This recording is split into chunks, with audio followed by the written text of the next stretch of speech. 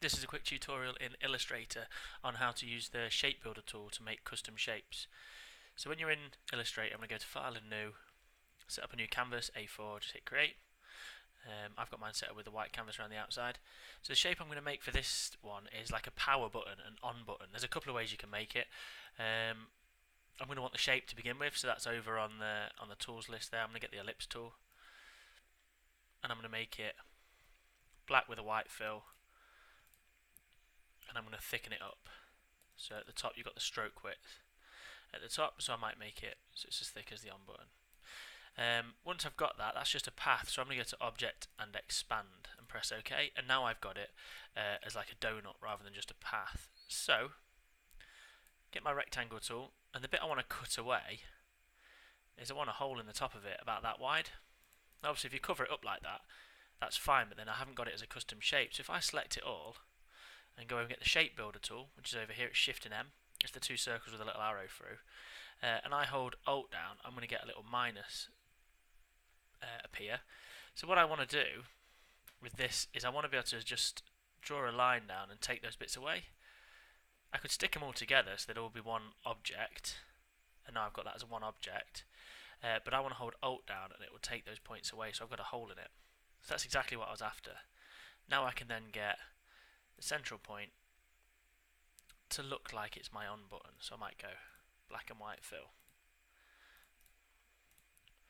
Just make sure it's the right proportion, and it's not quite in the middle, so what I'm going to do is I'm going to select them both just with the black selection tool, and then as soon as I do that, if you look at the top, up here my alignment appears, so I can start to align these together, which they're not doing.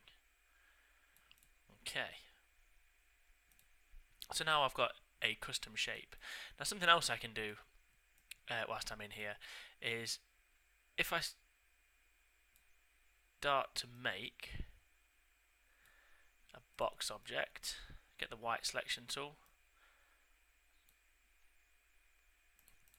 I'm going to start to make a shield. So in here I can hold Alt down, move it to the side, right click, transform reflect. So it's symmetrical. I might stretch that out to be the sort of proportions I want it. And then with the Shape Builder tool, I can stick them together by drawing a line just through it like that, and it makes it out of one. Now the nice thing about using the Shape Builder tool means you're able to have a customized shape that isn't something that's on the drop-down list options on the side. So let's say I'm making it for a sports team. I might have a crest in the center. If I hold Alt down and move it to the side, I can get two of them. I might get a few circles in there too.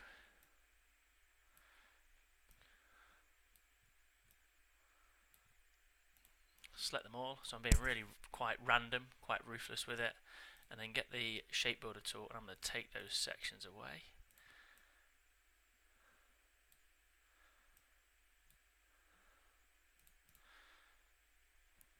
With this central object here, I might hold Shift and Alt at the same time and make that slightly bigger, and then give that a stroke to the outside, and let's go bigger. And then with this object I can drop that in the center. Okay, and that might be my shield to my company or my sports team or something. That's all just used by making shapes and cutting them away. Another famous shape that you might recognize is when you get yourself two circles